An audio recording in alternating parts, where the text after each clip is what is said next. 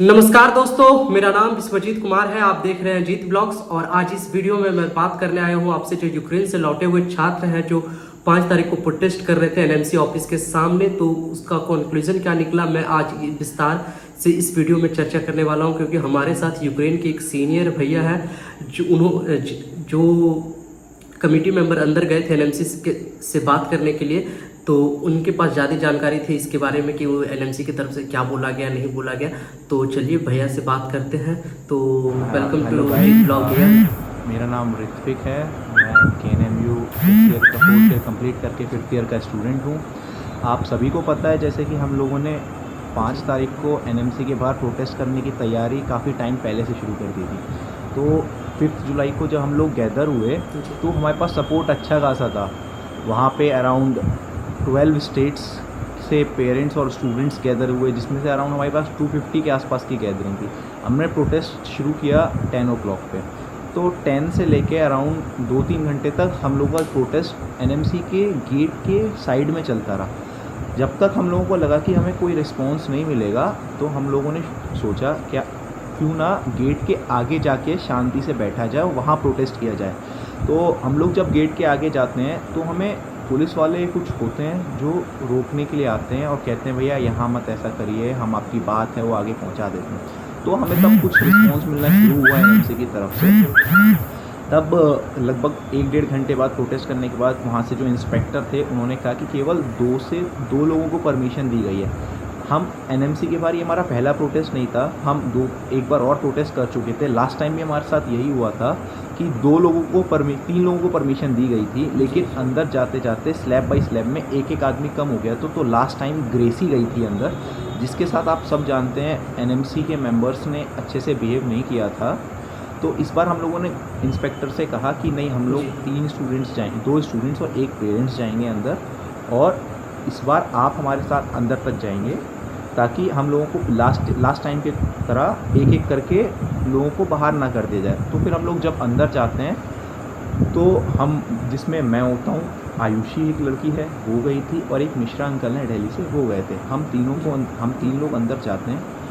NMC में जो officials थे उनके पास जाके बैठते हैं। हमें तीनों को अलाउ किया गया अंदर जाके, और हमारे साथ जो इंस्पेक्टर गए थे वो भी अंदर जाके बैठते हैं। तो डिस्कशन शुरू होता है। शुरुआत से पहला सवाल उनका ये होता है, बताइए आप कहना क्या चाहते हैं, आप किस लिए यहाँ आए। तो हम लोग बोलते हैं सर, हमारे मैम होती हैं, एक सर होते हैं, तो हम मैम पूछते हैं आपका रिक्वेस्ट क्या है या आपकी डिमांड क्या है जिसकी वजह से आप यहाँ पे आए हैं। तो हम लोग कहते हैं मैम हमारी रिक्वेस्ट एक ही है, अकोमोडेशन इन इंडिया। ये चीज़ बोलने के बाद वो हमसे हमारे नीट के स्कोर कार्ड, नीट के मार्क्स पूछते हैं। तो हम लोग पहले से प्रिपेयर करके गए थे कि अगर वो हमसे ऐसा कुछ सवाल पूछेंगे तो हम लोगों के पास अपने पास हार्ड कॉपीज़ होनी चाहिए। तो हम लोग अपना नीट का स्कोर कार्ड लिख गए थे, जिसमें मेरे 450+ थे, और जो आयुषी थी उसके भी स्कोर अच्छा था, मिश्रा अंकल की डॉटर है उनका भी स्कोर अच्छा था। तो शुरुआत यहीं से होती है। तो उन लोगों को ये लगता था NMC वालों की कि जो लोग बाहर जाते हैं वो नीट अनक्वालीफाई होके जाते हैं, या फिर जिनके मार्क्स अच्छे नहीं होते हैं वो जाते हैं। तो हमने वो डाउट, जिनके मार्क्स अच्छे होते हैं वो भी जाते हैं, वो डाउट क्लियर कर दिया। और जो अनक्वालीफाइड वाला डाउट उनको था, उनको लगता था कि 2020-19 से पहले के बच्चे जो हैं वो सारे अनक्वालीफाई होके गए हैं। ये चीज़ हमने उनको क्लियर करी कि ऐसा नहीं है। 2016 से पहले वो बच्चे गए थे, उसमें शायद हो सकता है कुछ अनक्वालीफाई करके जाते हों, लेकिन 2016 के ऑनवर्ड्स जो बच्चे गए हैं वो सब क्वालिफाइड होके गए हैं। तो जो मैम वहाँ बैठी थी उन्होंने बोला yes he is saying right. हम लोगों ने खुद ही ड्राफ्ट निकाला था कि 2015 के बाद जो भी जाएगा नीट क्वालिफाई करके गया था। तो एक डाउट हमने उनका वो क्लियर कर दिया। दूसरा, हम लोगों ने बोला कि 4 महीने हो गए हैं हमारी कोई भी ऑनलाइन क्लासेस नहीं चल रही हैं, जिसकी वजह से हम लोगों का फ्यूचर क्या है वो पेंडुलम की तरह झूल रहा है। तो जो सर वहाँ बैठे थे उनने हमें काउंटर दिया कि आपकी तो केवल 4 ही महीने हुए हैं ना, चाइना वाले तो 2 साल से बैठे हुए हैं। उसका भी हमने रिप्लाई दिया कि हमने बोला चाइना वालों के पास अपॉर्चुनिटी है, वो लोग वहाँ जा सकते हैं, वहाँ का इंफ्रास्ट्रक्चर सही है, वहाँ की सारी फैसिलिटीज़ सही हैं, वो लोग वहाँ जाके पढ़ाई कर सकते हैं। और तो और उनकी 2 साल में सारी ऑनलाइन क्लासेस हुई हैं, हमारी कोई ऑनलाइन क्लासेस नहीं हुई। और हमारा इंफ्रास्ट्रक्चर जो भी एयर कनेक्टिविटी है कब तक सही होगी उसकी कोई गारंटी भी नहीं। और कल को अगर हम वहाँ जाते भी हैं तो वहाँ पे आप तो पता ही है इकोनॉमिक क्राइसिस बढ़ गई है वहाँ पे। तो इन शॉर्ट वहाँ जाना सेफ़ नहीं है और कोई भी पेरेंट्स भेजना नहीं चाहेगा। इस बारे में भी बात हुई। हमने वहाँ पे ऑफिशियल्स को ये भी बताया कि जैसे जो छोटी कंट्रीज़ हैं लाइक पाकिस्तान ने कर लिया है, इजिप्ट ने कर लिया है, घाना, इज़राइल, इन लोगों ने अपने स्टूडेंट्स को ऑलरेडी अकोमोडेट कर लिया है और उसका हमारे पास जो उनकी गवर्नमेंट की तरफ से जो डिक्लेरेशन निकलता है उसकी कॉपीज़ भी हम लेके गए थे। तो हमने जब बोला कि हमारे पास वो है तो कहते हैं ठीक है हमें पता है, ये चीज़ उन्हें बोली। और बाकी उन लोगों की तरफ से हमने ये पूछा सवाल कि जो आप लोगों ने क्या आप लोगों ने कोई ट्रांसफ़र वाली न्यूज़ जो निकली थी क्या वो एनएमसी की तरफ से निकली थी जो वायरल हुई थी? तो उन लोगों का जवाब सीधा सीधा ये था कि आजकल कुछ भी वायरल हो जाता है और हमारी तरफ से ऐसी कोई भी प्रेस रिलीज़ नहीं है जिसमें हमने ये ट्रांसफ़र वाली बात करी है। दूसरा हमने फिर एक बार घुमा के क्वेश्चन पूछा क्या आपने ट्रांसफ़र वाले की बात की, तो उनका घुमा फिरा के रिप्लाई ये था कि हम कौन होते हैं आपको बाहर भेजने वाले, ठीक है। और दूसरी चीज़ उन्होंने कहा आपको पता होगा ही कि सुप्रीम कोर्ट में केस चल रहा है। हमने यही पूछा सर उस केस का क्या रहा, तो वो कहते हैं हमने अभी सुप्रीम कोर्ट से 14 डेज़ का एक्सटेंशन मांगा है। तो हम लोग कोई कुछ भी डिसीज़न दें वो हम पहले मिनिस्ट्री भेजेंगे, मिनिस्ट्री उस पर डिस्कशन करेगी, उसके बाद वो सुप्रीम कोर्ट में जाएगा। तो हम लोगों ने पूछा कब तक आएगा, तो वो कहते हैं हमने 14 डेज़ का एक्सटेंशन मांगा है, तो मे बी अराउंड हम लोग सोच रहे हैं कि 15 to 20 के बीच में कोई डिसीज़न आ जाना चाहिए।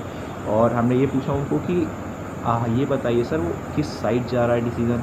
तो उनका कहने का मतलब ये था कि जब आएगा डिसीज़न तब आप खुद देख लीजिएगा, हम कुछ ऐसा बता नहीं सकते। तो उनकी तरफ से हमें यही 2 चीज़ें मिली कि एक तो उन्होंने सुप्रीम कोर्ट से एक्सटेंशन मांगा है, दूसरा उनकी तरफ से कोई भी ऐसा ट्रांसफ़र वाली बात कहीं नहीं कही गई है। तीसरा फिर वो बोले कि ट्रांसफ़र वाली बात की बात आई थी कि किस किस कंट्रीज़ में ट्रांसफ़र ले सकते हैं। तो हमने बोला सर वहाँ की कोई भी कंट्री सेफ़ नहीं है पहली बात तो। दूसरी बात सर जो भी आपकी कंट्रीज़ हैं वहाँ पे इकनॉमिकली वो बहुत ज़्यादा यूक्रेन से आगे है, तो उसका हम लोग उतना अफोर्ड नहीं कर सकते। जो हमारी फ़ीस स्ट्रक्चर है वो और जो उन कंट्रीज़ का फ़ीस स्ट्रक्चर है उसमें काफ़ी अंतर है। दूसरा वहाँ पे लिविंग एक्सपेंसेस ज़्यादा हैं। तीसरा हमने उनको ये भी चीज़ बताई कि जो बच्चे वहाँ पे जाते हैं पहले वहाँ यूक्रेनियन लैंग्वेज सीखते हैं ताकि वो पेशेंट से केस हिस्ट्री ले सकें 3rd ईयर के बाद, जब उनके क्लिनिकल शुरू होते हैं 2nd 3rd ईयर में जब उनके क्लिनिकल शुरू होते हैं। लेकिन अब जो अगर हम ट्रांसफ़र करके कहीं भी जाते हैं तो वो पॉसिबल ही नहीं है। हमें जिस भी कंट्री में जाएंगे तो हमें वहाँ की लैंग्वेज शुरुआत से शुरू करनी पड़ेगी, तो वो पॉसिबल ही नहीं है। तो वो कहते हैं ओके राइट। तो बाकी हम लोगों ने वो हमसे हमारा लिविंग एक्सपेंसेस वगैरह भी पूछते हैं कि क्या खर्चा आता है, हमने इन शॉर्ट सब बता दिया। बाकी हम लोगों ने सारे पॉइंट्स क्लियर किए। हमने अपने जो मेमोरेंडम हम लेके गए थे उसमें हम लोगों ने ये भी लिखा था कि क्या क्या सजेशन हो सकते हैं जिसके थ्रू एडमिशन हम लोगों को यहाँ मिल सके, वो पूरा मेमोरेंडम दे दिया गया। तो इन शॉर्ट एनएमसी ऑफिस में जाके हमें बस 2 मेन चीज़ें पता चली कि एक सुप्रीम कोर्ट से उन्होंने एक्सटेंशन लिया है, दूसरा उनकी तरफ से कोई भी प्रेस रिलीज़ नहीं की गई है जिसमें ट्रांसफ़र की बात की गई हो, और जो भी डिसीज़न आएगा वो उनका कहना ये है कि जो मिनिस्ट्री अप्रूव करेगी और जो सुप्रीम कोर्ट अप्रूव करेगी वो एनएमसी ही फॉलो करेगी। एनएमसी अपनी तरफ से कुछ नहीं कर सकती उसमें। तो जो भी है इन शॉर्ट रोल तीनों बॉडीज़ का है, ज़्यादा सुप्रीम कोर्ट का है, उसके बाद मिनिस्ट्री का, उसके बाद एनएमसी का है। जो भी कुछ आता है वो एनएमसी केवल अप्रूव करेगी और अपने उस पर वेबसाइट पर डाल के जो भी प्रोसीजर है आगे का वो करेगी। ये चीज़ बात करने के बाद हम लोग बाहर आते हैं, एनएमसी के बाहर ऑफिस के बाहर आते हैं, तो हमारी एक टीम पहले ही ऑलरेडी मिनिस्ट्री जा चुकी होती है, हेल्थ मिनिस्ट्री। वहाँ पे जाके बात होती है, वहाँ के जो ऑफिशियल्स हैं पहले तो हम लोगों ने ट्राई किया वहाँ पे जो हमारी टीम गई थी मिनिस्ट्री ऑफिस में कि मनसुख मांडविया जी से बात हो जाए, लेकिन वो वहाँ पे थे नहीं। उनके सेक्रेटरी ने बोला कि जो इस चीज़ को देख रहा है, आपका जो ये मैटर चल रहा है उसको जो देख रहा है हम आपको उसी के पास भेज देते हैं। हमारी टीम उसके पास बैठ के आई, अराउंड 40 to 50 मिनट्स वहाँ पे भी मीटिंग हुई हमारी। तो उन लोगों ने भी हमें यही बोला कि आपके लिए मीटिंग अभी चल रही है, अराउंड 30 to 40 सीटिंग की मीटिंग हो चुकी है। हम ये देख रहे हैं कि क्या कौन सी ऐसी स्कीम बना सकते हैं जिससे आपको या और स्टूडेंट्स जो हैं उनको फ़ायदा हो।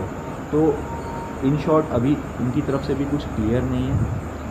पूरा जो भी ये मैटर है सुप्रीम कोर्ट ही उस पर डिसीजन देगा, और जो सुप्रीम कोर्ट डिसीजन देगा वही मिनिस्ट्री और एनएमसी फॉलो करेगी। उसके बाद कुछ टाइम मिला था, शाम के लेट हो गए थे, मतलब 3-4 बज गए थे ये सारा प्रोसेस होते होते। जब हम लोग वहाँ से निकले मिनिस्ट्री वगैरह से भी, तो हम लोगों ने सोचा क्यों ना सुप्रीम कोर्ट के किसी लॉयर से मिला जाए।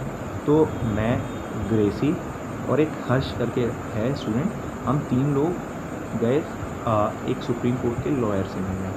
उनको हम लोग पहले ही 1-2 बार अपील कर चुके थे, हम अपने केस सारा बता चुके थे, तो हम उनसे सजेशन लेने गए थे कि क्या किया जाए।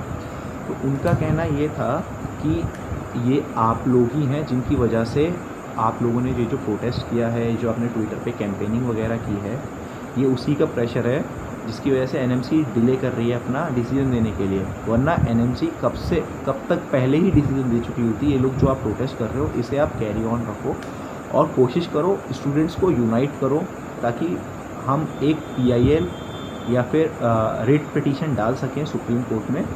अगर कोई डिसीज़न हमारे अगेंस्ट आता है, कोशिश करिएगा आप पहले स्टूडेंट्स को इकट्ठा गैदर करें, फिर उनसे डिटेल वगैरह ले लें। और हम लोग ये तैयार कर रहे हैं कि सुप्रीम कोर्ट में एक रिट पिटीशन हर स्टेट से जाया जाए, ताकि सुप्रीम कोर्ट के ऊपर प्रेशर तो नहीं कह सकते, लेकिन हाँ ये बोल सकते हैं अगर कई सारे रेट एक साथ होते हैं, उन सब पे हियरिंग एक्यूमुलेट करके एक ही बार में की जाती है। तो कोशिश हमारी यही है, हम लोग स्टूडेंट्स को गैदर कर रहे हैं हर स्टेट से कि वो आगे आएँ, और जो भी अब किया जा सकता है सुप्रीम कोर्ट के थ्रू ही किया जा सकता है। तो सब हर स्टेट में, जैसे यूपी में, दिल्ली में, हिमाचल में, बिहार में, वेस्ट बंगाल में, महाराष्ट्र में, गुजरात में, तेलंगाना में, इन सब में रेट पिटीशन के लिए ही लोग आगे आ रहे हैं। तो आपके इस चैनल के थ्रू मैं यही बोलना चाहूँगा कि स्टूडेंट एक साथ आएँ, और जो भी आगे का प्रोसेस है उसमें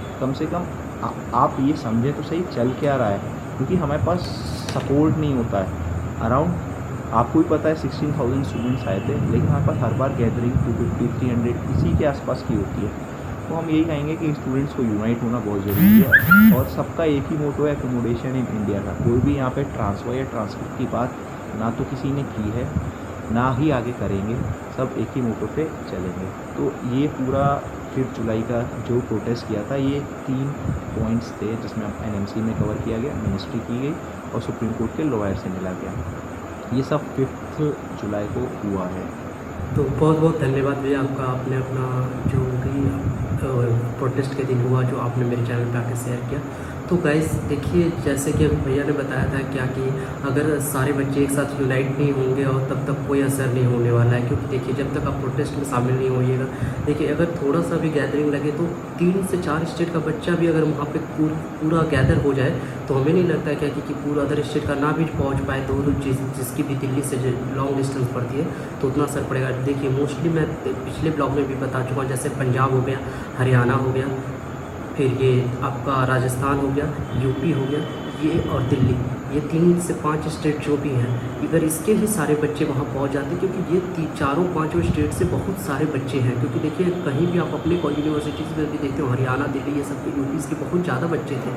तो इसी वजह से आप से हाथ जोड़ के निवेदन है कि आप प्लीज़ वहाँ पे प्रोटेस्ट में जाइए। अगर आप नहीं जा पाते तो आप अपने कज़न किसी को सेंड करिए, पेरेंट्स को सेंड करिए, तो वहाँ पर एक लगना चाहिए क्या कि हाँ कुछ लड़के हैं जो चाह रहे, नहीं तो उसको सरकार को क्या लगेगी, जो सीधा एनएमसी ऑफिस को लगेगी कि क्या मेरे सामने प्रोटेस्ट कर रहा है, लेकिन कितना कम बच्चे हैं प्रोटेस्ट कर रहे हैं, लगता है बाकी बच्चा जाना चाहते हैं वापस। तो प्लीज़ गाइस आइए, निकलिए घर से और रोड पे आइए। जब तक सड़क पे नहीं आइएगा तब तक आपको अन्याय नहीं मिलेगा। तो सो प्लीज़ गाइस, अगर वीडियो अच्छा लगा तो प्लीज़ ज़्यादा से ज़्यादा शेयर करिए, कि जिसके कारण कि सब एक साथ यूनाइट हो जाए। और इसमें जो भी पॉलिटिक्स कर रहे हैं कुछ लोग कि अलग अलग ग्रुप बना के, प्लीज़ ये सब छोड़िए, ये पॉलिटिक्स करने का समय चला गया है।